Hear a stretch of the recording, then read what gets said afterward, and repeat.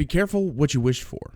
Almost 2 months after fleeing Doha, Oz's breadcrumbs led me into a safe house made of shipping containers in India, filled with no-pats armed to the teeth. Amongst them were former intelligence officers, former doctor, nightclub bouncer, car mechanic. They all tried to hide that side of themselves, the former. But if you look hard enough, you could find it in every tall tale and weary smile. As Specialist Naveen Rao, a notorious Indian hacker and ex-Marcos officer, explained it to me, armed task force cropped up in the 30s when moving cargo between the non-patrioted around the globe became a lethal occupation. In response, the world government cracked down on all no-pats, treating them as smugglers and pirates. To that, Rao can only shrug. That's why we wear eye patches when delivering food rations to stranded families. Who else is going to help no-pats if not other no-pats? Was Rao's spin the whole truth? There's only one way to find out, of course. This task force seemed to be without one key ingredient: a boat. The fact that we were in Alang, the largest ship-breaking yard in the world, provided a clue. This was going to be a heist. Shipping is a simple business. More goods than ships, the price goes up. More ships than goods, the price goes down. In the late 30s, in the wake of the Second Great Depression, the world had nothing to move. To prop up prices, the industry turned to ship-breaking facilities like Alang to convert unused and weathered fleets back into high-tensiled steel. But soon, Alang became famous for something else: magic. How else could you explain whole freighters vanishing into air, only to be discovered months later amongst the ever-growing no-pat fleet? It was the city's worst-kept secret.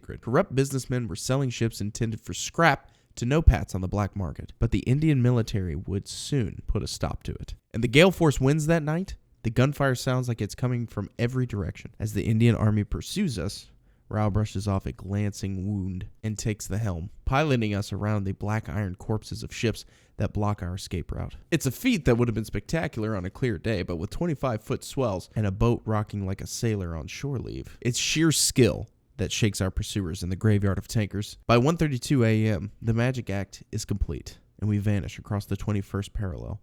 Our beat-up old container ship, unofficially dubbed the Copperfield, begins her journey as a no-pat. Even for those with nothing to lose, this was crazy. After months of moving everything from processors to pork bellies, the latest cargo, 65 Australian refugees, added coyote to the task force resume. I held my breath when our next stop appeared through the mist. It was pin-drop silence as our ship passed through the seawall, protecting Brani Island, Singapore's state-of-the-art automated seaport. Rao's wizardry may have gotten us convincing credentials for the scanners, but I knew that if the famously brutal Singapore Port Authority, or the SPA, got a whiff of this boat, it would get real loud real fast. By the mid-30s, rising sea levels had decimated a third of all commercial ports around the world. In a deft response, Singapore built a revolutionary seawall to defend its all-driven cargo distribution system, making Brani Island the central hub of global trade. The no-pats problem is piss PR, Specialist Casper grumbles. Singapore used to tolerate us, but it gets messy when every terrorist and his mother starts calling themselves no-pats for some tea and sympathy. America was already afraid of losing control of this place, so they wielded all the bad press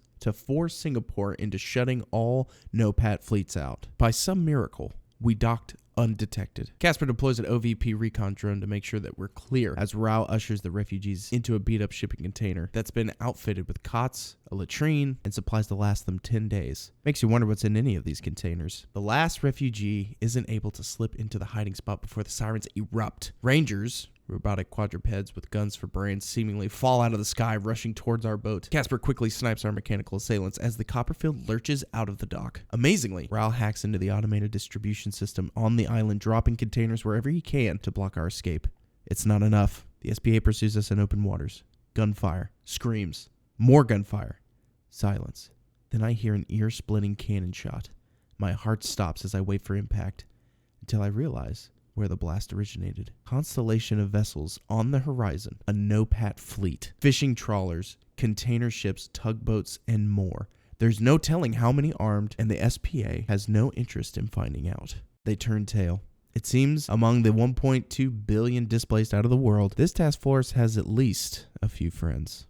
Oz takes need to know to a whole new level, says McKay with a theatrical eye roll. We get our destination via telegraph with a fortune cookie worth of intel. Then hold on to your butts. Hence why we've been floating aimlessly on the LSE for 2 days, waiting to hear from on high. Thankfully, there had been a steady stream of news on the wire to keep me focused on something other than losing my lunch. One story in particular would soon intersect with this boat in spectacular fashion and shed light on Oz's machinations. At approximately 7:30 a.m., an executive assistant at Daesung Electronics made out with 10 petabytes of internal data from their headquarters in Songdo, South Korea, on a stolen corporate helicopter. The criminal responsible for the breach, an unassuming Korean woman in her 20s, was suspected of being a foreign intelligence asset, most likely American or Russian. They couldn't have been more wrong. South Korea's economy is one of the success stories of the last decade, not just surviving, but thriving. However, one company deserves the lion's share of the credit: Daesung Electronics. Before the blackout, almost the entire world had switched to satellite internet. After the disasters in 2040 plunged us into the dark ages, this earthbound ISP sprang up from obscurity with a next-gen solution they developed for undeserved markets. It was called KNet, promising to get the world back online without needing to repopulate the heavens with expensive hardware. By spring 2041, Daesung had 60% of the internet traffic running through its veins, which eventually flowed onto the quantum data center in the heart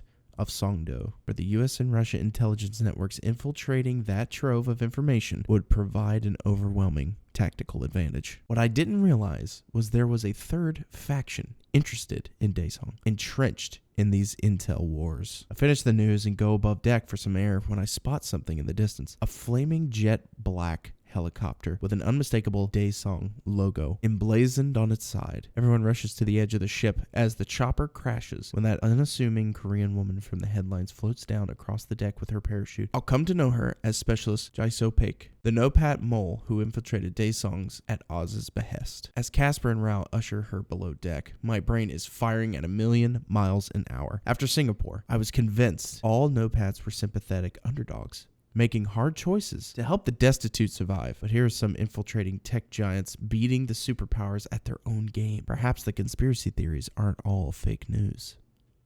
And there you go, guys. That's part 2 through part 4 of the Journey of the No-Pats lore by Dice and Battlefield. Probably going to do it this way from now on. It's much easier than doing chapter by chapter each day. Probably at the end of the week or maybe the beginning of the week, I will cover what has been released the previous week or however we're going to do it. But leave a like, leave a comment. Let me know what you think of this lore story. Let me know what you think of the lore in general. Do you like this type of thing, or would you rather see gameplay or trailers or something that's not this? I'd be interested to hear your thoughts. Thank you so much for watching, and I'll see you in the next video.